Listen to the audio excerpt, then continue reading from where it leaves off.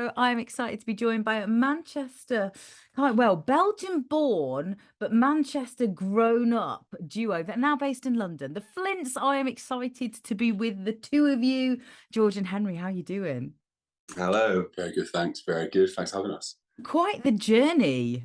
Like, what's Yeah. taken you from Belgium to Manchester to London? Well, I wish it was a more exciting story, but I think we were born in Belgium just from like where our parents were living at the time. They are English, but just like our parents' shops at the time that we were moving around. And then we lived in Denmark for a while. And then from the age of about, I'd say about 8, was it? We Yeah, moved about 8. to we moved to Manchester, where we lived, where we grew up, really, until moving to London. So yeah, it's been a bit of a moving journey, but it's been fun. Yeah. I'm based in Manchester and I absolutely love Manchester. What was it about Manchester as you were growing up that kind of pulled you towards the music industry and the creative sector? I guess like all of our friends, I'm not sure if you had this, but all of our friends were all just, we became friends with our friends because of music. We were always in bands playing up, growing up and stuff like that. So yeah, we just met all our mates doing that, and then it's kind of, we couldn't escape it really. But yeah, there's such a rich like musical heritage in Manchester generally, which hopefully like seeps into our music somehow. But I mean, yeah, it's been a big influence on us generally. If you had to choose one favorite Manchester musician, who would it be and why? Uh, I would pick Mike Joyce, the drummer from the Smiths, because I see him about sometimes when I'm back in Manchester, and and I'm always too scared to like say something to him. So I'm going to say him. Yeah, I don't know. Like, there's a lot of great ones. I mean, I would say I'd probably say like Joy Division around those kind of things, like the Factory Record stuff. I mean, that's always been a big influence, I think, like visually for us as well, like those kind of visuals, like the Peter Saville stuff. So I guess that kind of line of uh, of music for me has always been quite inspirational. Peter Saville's still involved with all the artwork for Manchester International Festival, I maybe.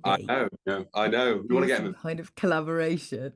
Yeah, that would be wild. Maybe he's listening. Let's hope so, hey. So you've actually taken quite the journey through music, though. Tell us about how you got started in songwriting and working with other musicians. Yeah, so we like obviously being brothers, we've always made music together, and I think like I mean we didn't even know growing up that writing songs for and producing for other people and with other people was even a life choice to make, really. Yeah, no, there's a job there somewhere. Yeah, so it was kind of around university we were making like music. We like just started a new project, and we were lucky enough to sign a publishing deal, and we were able to move to London after uni from that. At which point we were sort of being recommended going in with particular artists and things like that in different studios, which we found really fun. You know, it was something we hadn't done before, and I think that really sort of like, whilst helped us sort of what we believe crafted like a good song and what makes like songs like enjoyable for us, it also helped like really like realign our tastes of what music we really love making, and also just meeting some really cool people, you know. So whilst it's not something we do as much now as you know, we're artists, like it's something which we really enjoy doing, and we'll keep doing as the Flints carry on, you know. Yeah. And as you say, your brothers, does everything work well in agreement? Or, there's no sibling problems, no We are argument? very diplomatic, to be fair. I mean, all brothers like and any siblings like surely have their moments, but I think we're pretty good now at, you know, when there's something to air, we'll just air it and then get it sorted. It doesn't resort to violence anymore, like it might have done when we were little kids. we just bottle it all up, you know. Bottle it up, forget about it. Are you preparing yourself for questions a la Gallagher? I can just see it coming, can't you? Exactly. It's gonna be a lot of lawyer fees. Who would be Noel and who would be Liam? Oh, it's probably switch, to be honest, depending on the day. Yeah, But, that's a good question. Yeah, I don't want don't to cause know. any risks before we even begin there. I mean, your music seems really uplifting. Serengeti, like when I first heard it, it just really gave me really positive vibes. Like, tell us about how you're making this transition from kind of writing for other people to getting back on the track and writing your own music with songs like Serengeti. I think it kind of just hit a point where we were like, it was, I mean, I hate to mention lockdown, but it was in the start of lockdown, and we actually couldn't really go in with other artists anyway to be writing. So everything started becoming online, and we started working with this other guys who became a really good friend of ours, close collaborator as well. And we were just kind of just writing just as many songs as we could, and just trying to see exactly, again, like a realigning of our taste, and thinking it's a perfect opportunity for us to just keep writing. And yeah, we ended up just stumbling across this kind of sound, which kind of happened when we were both, because when we were writing with other people, I guess we weren't really having to sing that much, if you know what I mean, even though we had done in the past. And so we really just kind of started singing again. And then as soon as we put our voice on top of each other, we just feel like, well, hopefully everyone else feels it as well, but that a sound kind of developed from that. And yeah, and we thought, we like this, let's keep going. Yeah, I guess like subconsciously as well, it ended up being a kind of like, I mean, you say it's quite like positive, and I feel that was something that happened pretty naturally, almost like a subconscious like release of like being holed up in one place. You know, I feel like it was important for us to make something that would make us feel happy, and hopefully other people. Yeah, I think music out of lockdown has really come through on that really positive vein. Like people are either really angry and it's post-punk, or it's like disco, let's party, let's Yeah. go. I mean, even more so than disco, we're talking like drum and bass, rave, everything's coming Yeah. through, everything. And everyone is ready for the party.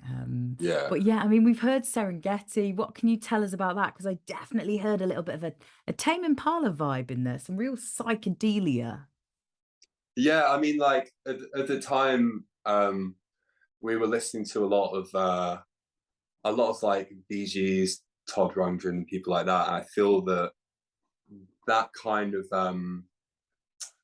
inspired like the way we use like the synths and the processing of like the drums and the vocals and stuff like that. Like I feel it, as George said before, like a lot of our music is built around our vocals, and we really wanted like the first release for us to be something that was like displaying that, and where we could just kind of go ham and just like lay it all out, yeah. Yeah, exactly. We wanted to feel like a real explosion when it hits like the chorus as well, and a kind of all the harmonies are kind of influenced by all these kind of like 70s groups that we were really into and stuff like that. So we wanted to get that across because that's a big inspiration to us. Yeah, now you said the Bee Gees, that I get that with the harmonies, the voices working together really does lift it really beautifully, doesn't it? Yeah, What exactly. have we got next? Have we got another single on the way? Because I know you have an EP coming, don't you, as well?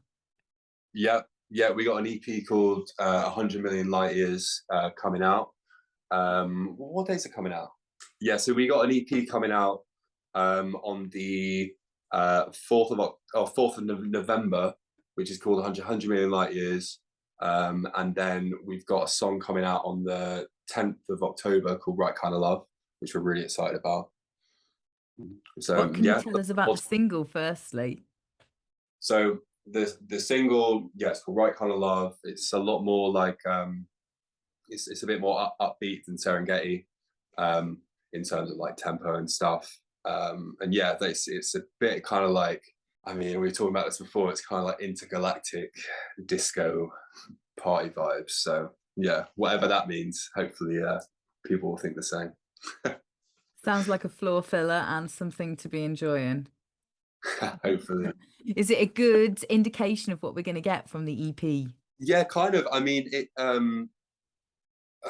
every song's kind of like different in its own way, but there still has like the cornerstones of like our sound. So again, the vocals are really important throughout all the songs, but the tempos kind of switch up. There is a song called 100 Million Lightyears, which is the name of the EP, which is a more kind of like, it's a bit Flaming Lipsy. It's like built around the sort of 12 string and a kind of 70s prog like organ kind of vibe. Yeah, it's a bit of like maybe a Phil Spector kind of like leaning thing to it. As problematic as that might be, but as like a as like it's kind of a ballad, weirdly, a built-up ballad, I guess, which kind of makes this nice arc. I think with the we tried to think about the arc of the EP, you know, and I think Right Kind of Love coming out second, it feels great to us, because, you know, it's like it shows the side to us where it's like which we kind of thought about when we were making the music, which is kind of just, you know, we wanted to feel like we were having fun throughout everything that was going on, and hopefully make people feel good listening to it. Yeah. Just had a quick look at the artwork as well, which is like two silver heads almost intertwined together. What's the meaning behind that, and who's been involved in doing the artwork for you? Yeah, so we worked with a designer called Casey Rati, who's a really talented dude. And then he introduced us to an artist called Jack Crossing, who made an original image of those heads. And he showed it to us, and we just thought, it just really like spoke to us in terms of like obviously being brothers and stuff, and like the merging of two like minds to form one like cohesive thing. We thought was really interesting, and when works, like, yeah, we think it looks really cool. So yeah, it's that kind of duality as well. I think we want to kind of seep through all of our like visuals and everything, which we think, I mean, the visual side's so important to us, and it does, like, it's something we think about before we even start making the music a lot of the time, to help direct us. Excellent. Just trying to stop my dog barking. So, I mean, how does it feel like stepping back out from like basically back into the limelight to release your own music? Has it been okay, or has it been a bit nerve-wracking? And what's the response been so far? I mean, I think it has been like it's that you've like definitely got a sense of apprehension for sure, like, because being on the other side of it for so long, you don't really know what to expect. But then you got to remind yourself, like, you know, you've just got to be realistic with everything.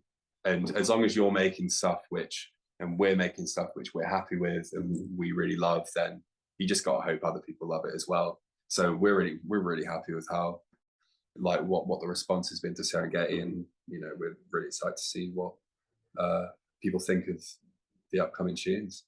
So November, we're expecting the EP. Are there going to be some live shows around then as well, or are you still kind of working all that out? There are. We're actually playing on this Saturday at Neighbourhood Festival in Manchester. Are you? Okay. We'll go down and see you. That would be amazing. Good. Yeah, come on down there. So what's afterwards? Sorry, you carry on. We're playing it live at Leeds as well. A couple of weeks afterwards on the 14th, I believe, if I'm right. Could be right with that. Yeah, I think it's around the 15th. 15th, one day out. So what's the live show entail then? Have you got it all set up? Is it just the two of you, or have you got lots of bits and pieces like kit to try and fill out the sound? Because obviously it's quite a big sound. Yeah, it was a real it was challenging at first, like trying to figure out how we were going to do it. The start of, maybe like April this year, we went into I'm not sure if you heard of Wellington Mill, I think it was called, which is basically this, like, it looks like a kind of, it's this old mill, you know, they have loads of them around like Ancoats and stuff in Manchester. But we rented out a spot in there. They kind of let these two people we met kind of let us rent it out for about 2 weeks.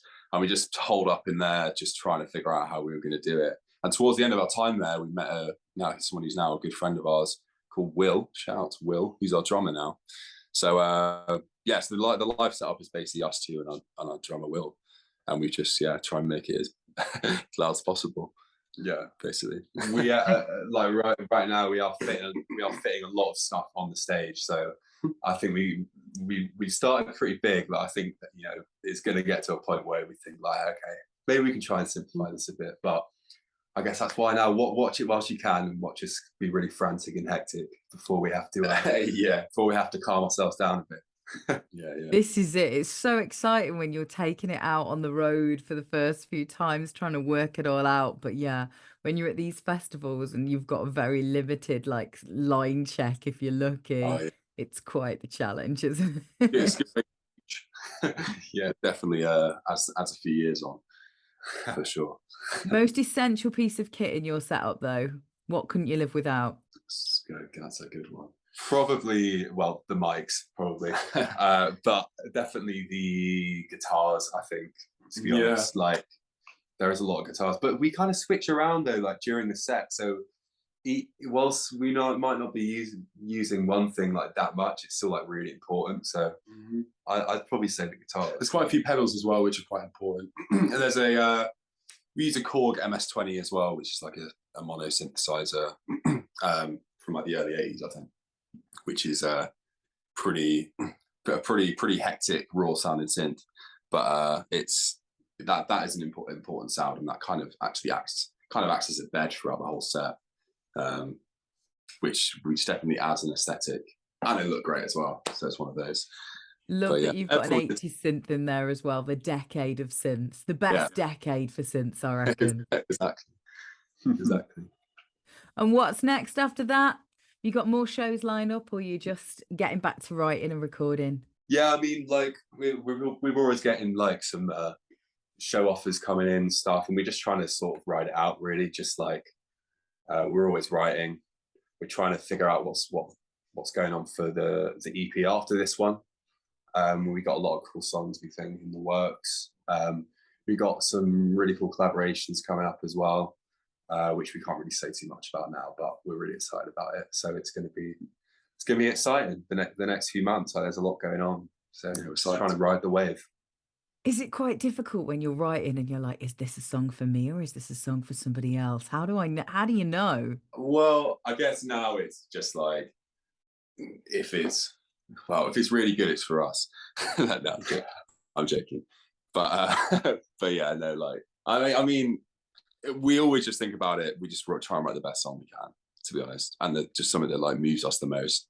And and yeah, whatever happens to it, happens to it. But at the moment, it's like we're writing the Flints songs. And of course, you are the Flint, so it is heart on sleeve. Your surname, I'm guessing, is Flint, right? Yeah, exactly. Exactly. Yeah. And what do you folks think about it? Are they all well behind your music career?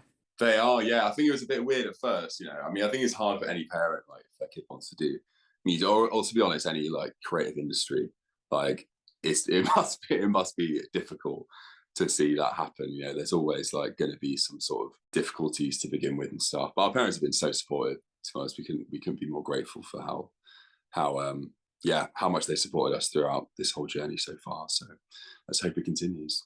And are they going to be at Neighbourhood Festival watching you on the weekend? Oh, they sure are. They sure are, with all their guest list spots. Yeah, they definitely bring their entourage. So yeah, they're your biggest fan club. Yeah, I hope so. Yeah, we need they're coming on stage now. They're gonna tambourine or something. Yeah, true. With triangle. Yeah.